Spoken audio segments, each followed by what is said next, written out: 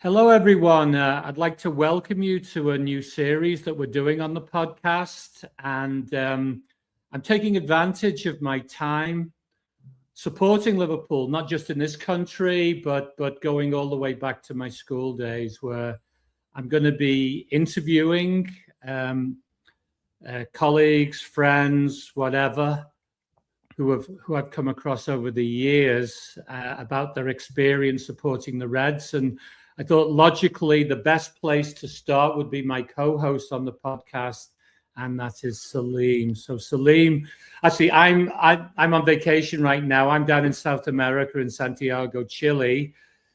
Salim, you're in. Where exactly do you live? Yeah, I'm in the Denver metro area in Colorado.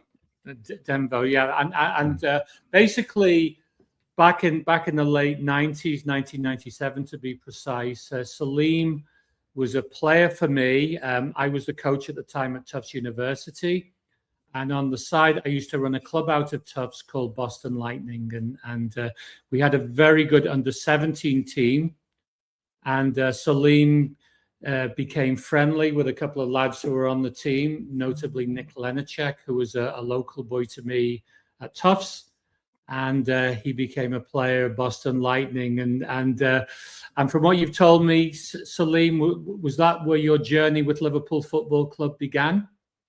Yeah, back in those days, Champions League matches used to show up on ESPN on Tuesdays and Wednesdays. And I remember just always seeing Manchester United, and being from the Boston area, and the Yankees kind of being this juggernaut of a team back then, and seeing United always win really kind of rubbed me the wrong way for ever supporting United. But as soon as I joined your club and we had very similar crests as Liverpool on our shirts, that's when I decided that's the team I'm going to follow.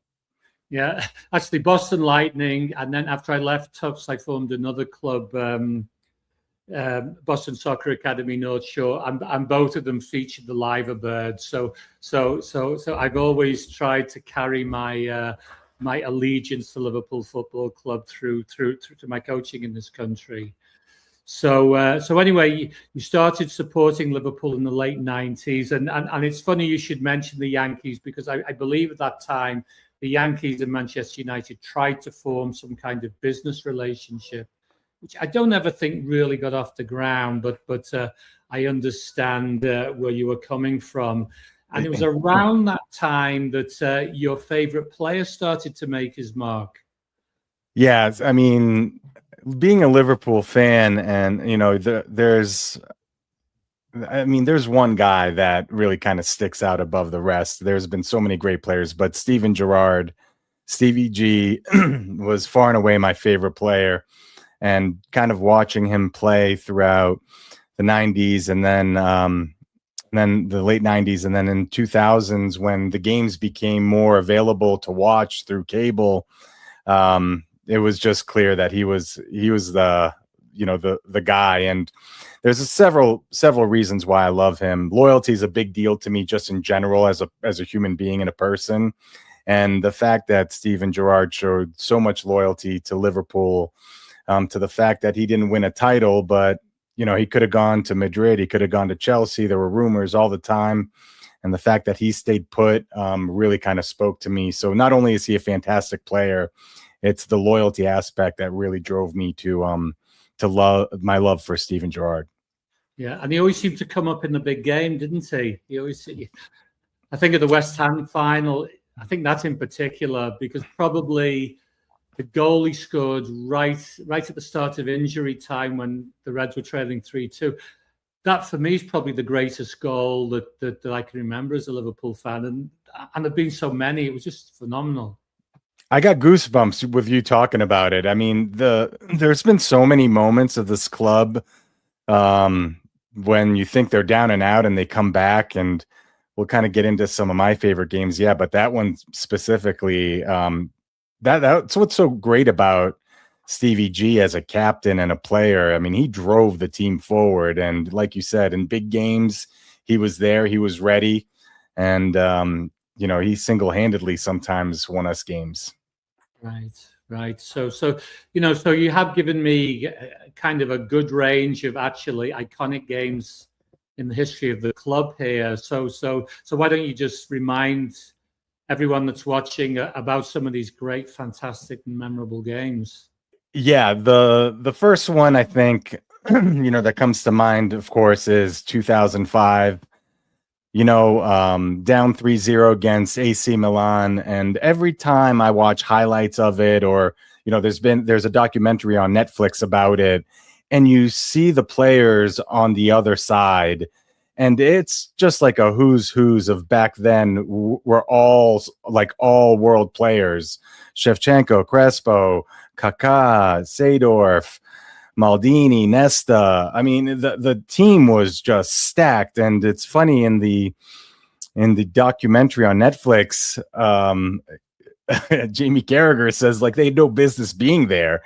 They weren't a very good team at the time, but I think what comes to mind specifically of that, not only the comeback, but the fans and how they were singing at halftime. So when literally it came back from the halftime break and you heard the "You'll Never Walk Alone" song, down 3-0, it could have been really bad. And then they come back, and in a 6-minute time span, they tie the game, and then they win it in penalty kicks.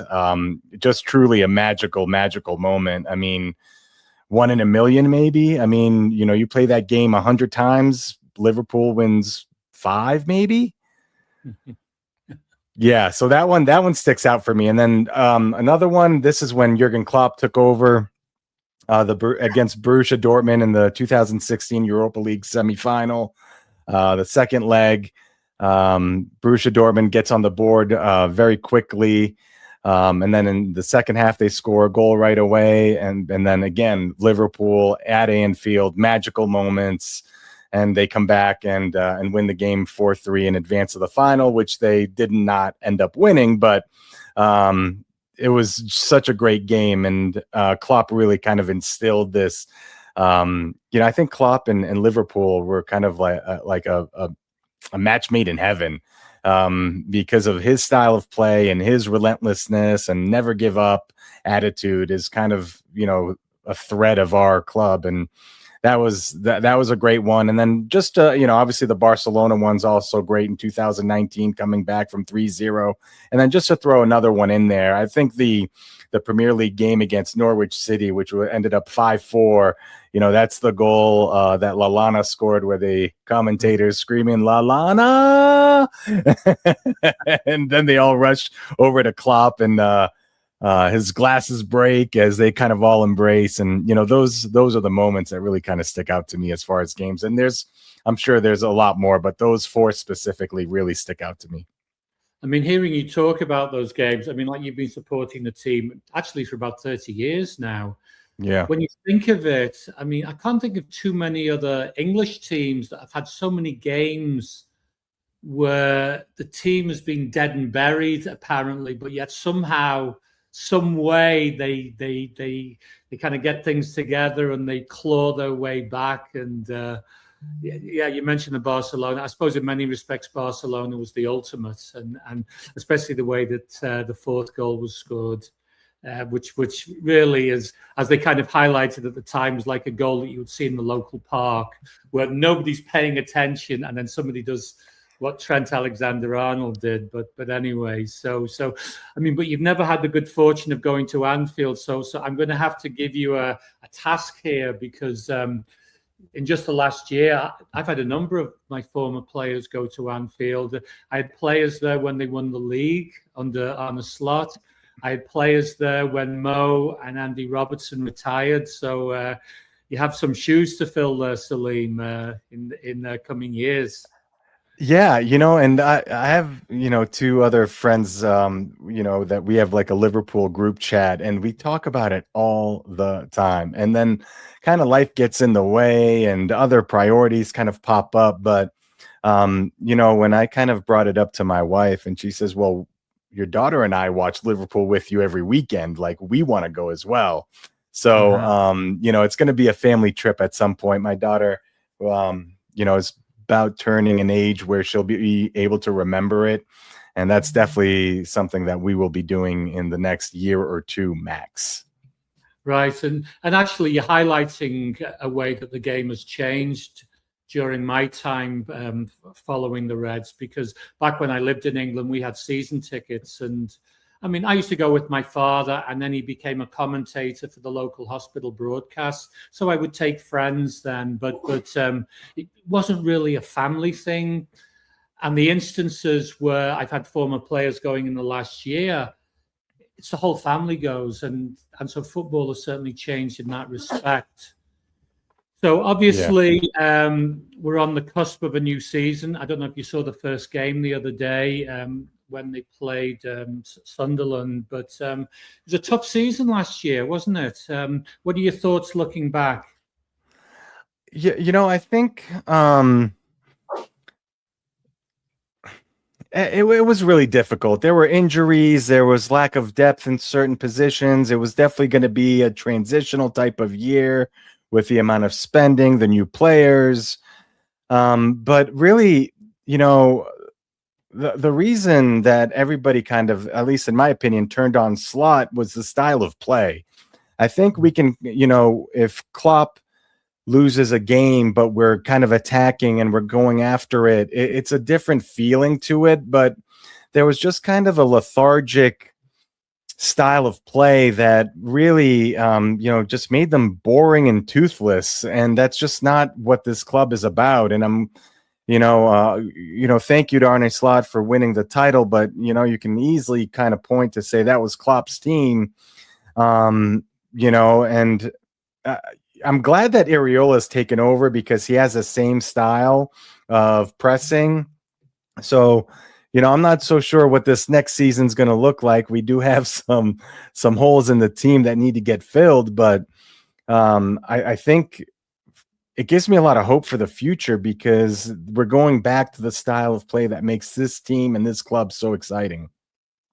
Yeah, so you see that as the prospects for the new season. Then you're optimistic under Andoni Iraola.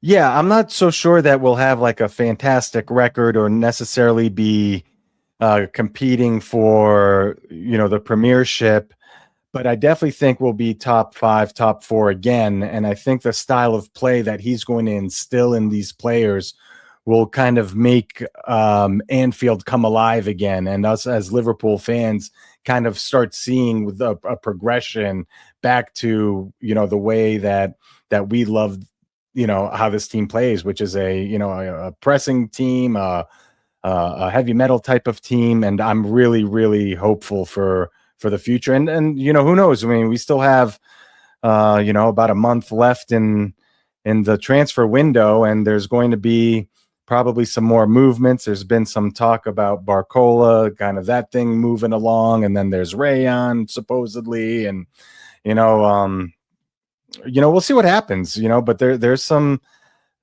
I think the team is in good hands again from a standpoint of the style of play that we will be seeing again.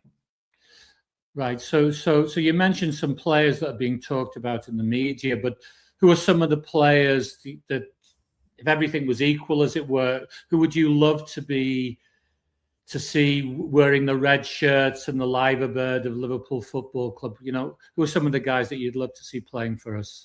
Well, this question's always interesting to me because I kind of use two different lenses for this. I try to use kind of the LFC fiscally responsible, FSG, pardon me, their fiscally responsible style of bringing people in. So from the Premier League, I have a couple that I think, could do well. I think Ismail Sarr from Crystal Palace, I think he would do well on the right-hand side. I think Mo Kudus potentially would do well. There's been talks about Van de Ven joining, and, he would be a welcome addition as a center back. But, when you kind of really start to dream, there's two guys really that are on my list that I would love to see here, and that's Lamine Yamal and Michael Olise. I mean, both of these guys, absolutely incredible talents. Olise, I think you could argue, was better than Mbappe in the World Cup, although Mbappe, won the Golden Boot. But Olise is just absolutely magical, the way he plays. And then Lamine Yamal for being, 19 years old, and got his, what did he get? His I think he premiered for Barcelona as a 15-year-old. I mean, he's got a magical left foot. And I would love, I mean, those are two guys I would love to see wearing the red shirt. Yeah. I mean, it's always good to dream. And actually, one thing that I didn't know about Michael Olise was he at one point was in Manchester City's academy, which kind of makes me think, I mean, he's not just him. I mean, so many players have been through their academy and they aren't playing there. It's really kind of crazy on one sense. But anyway, I was interested to see that you picked Ismail Sarr because he's been a bit of a thorn for Liverpool. Over the years. He always seems to do well. Kudus was injured last year. So it'll be interesting to see where he stands under De Zerbi, having brought in a lot of new players. Van der Ven's a really good player, but my feeling about him is that he's injury prone. And I think we've already got too many of those as it stands. So that kind of leads me on. I mean, as I said earlier, you've been supporting the club for 30 years or so now. So you sent me what would be your favorite team. I don't know if you have that ahead of you anywhere. I do. Yeah. So for everyone watching, why don't you just run us through who you selected? Yeah, so Coach, I don't have visibility to a lot of the teams that you watched back in the day, so mine is very modern. But Allison is the goalkeeper for me. I love Trent as a right back. I know from a defensive standpoint, he might not be the strongest, but what he provides from a passing range, I think is incredible. So he'd be my right back. I got Van Dijk. And Carragher, I just love Carragher's grit and determination. Might not be the most skilled player, but I really loved watching him play. So he would be partnering Van Dijk. And then my left back, I always loved this player, John Arne Riise, cannon of a left foot. Just absolutely loved watching him play. And then in the midfield, Alonso, who's now Chelsea's coach, oddly enough, but him, Stevie G. And then I know Jordan Henderson, gets some stick as far as skill set, but from a leadership standpoint, I think him and Gerrard would be able to boss that midfield and get the forwards the ball, which would be getting the ball to Mo Salah, Luis Suarez, and then I added John Barnes on the left-hand side as well. So those are my starters. And from a sub standpoint, it is heavy from an offensive standpoint. So if any injuries would happen to this team defensively, we'd be in a bit of a pickle. But I chose Fernando Torres, Luis Diaz, Stevie Nichols, Ray Clements, Alan Hansen, Kenny Dalglish, Ian Rush, Robbie Fowler, and then Andy Robertson. So plenty of firepower coming off the bench. Right. Yeah, I mean, it's always fun to do this and, kind of interesting to compare the eras. And, I mean, one thing that's interesting for me, because from time to time I will post my team and so my forward line, the last time I posted it was Kenny Dalglish, Ian Rush, and Luis Suarez. So, of course, I got a flurry of emails and messages. Oh, how come you didn't pick Mo Salah? So there's always that element to it. And I mean, Ian Rush was, I think, he surpassed Roger Hunt, who was a player when I was growing up back in the 60s. Rush is the record goal scorer. And one thing that's interesting was I was watching on YouTube not so long ago. It was a highlight tape of how Gerrard and Torres worked together. Mm-hmm. And they were pure dynamite. And makes you think, oh, well, maybe I'd pick Torres now over Ian Rush. So that would probably be even more controversial. But I guess that's the fun of picking these teams. So yeah, I mean, I think we've been very, very fortunate with Liverpool, that we've had so many great players. put on the red shirt, and you know, we won our share of trophies and had our ups and our downs. And your most iconic moment is something that you spoke about earlier, which was 2005. And I think for many fans, that'll take some beating, Istanbul, won't it? Really? Yeah. And, you know, it's interesting, you know, when you travel, you know, I can think of a couple instances, you know, out here in Denver, there's a place called Abbey's Tavern, which is a Liverpool, you know, bar, and you know, you can watch games there, and it's exciting. But I've been to Wilmington, North Carolina at the what's it called, the Lucky Duck or something like that, and that was awesome, hanging out with Liverpool fans there. And then obviously in Boston, was it the Phoenician? What's it called? The Liverpool bar in Boston. It's good. It's not coming to me right now. Yeah. I can't remember what the first part of it is. You know, it's a long time since I've been there, but anyway. But I think, you know, like sharing those games with strangers through this bond that we have for the club is always fun. And although I like kind of watching it in peace at my house, I do also love kind of going out and you know, and having everybody kind of part of a, you know, a club, and you know, sharing the wins and the losses together is also kind of fun. And I think, you know, that's maybe what makes this club so iconic, is because there's so many fans. And you know, I'll wear a Liverpool jersey walking around, and, you know, hey, nice shirt, you know, what do you think about this? And, you know, we start getting into a discussion, and, you know, you just make a new acquaintance. So the club has done a very, very good job with kind of what they do on the field to make so many people fans of them. Yeah, well, I can tell you, you know, that I relate to the point about walking around with a Liverpool, you know, the gear on, because I've been the recipient of many free coffees. And I'm not complaining about that. So yeah, I mean, like, that's one thing from my perspective, is just how much the game has grown. And Liverpool are obviously, as you put it, one of the iconic clubs, not just in England, but in world football. And so I know they're not in Boston on this tour, but they've been there 3 times that I've been down to Fenway. They've lost every time, by the way, to Roma.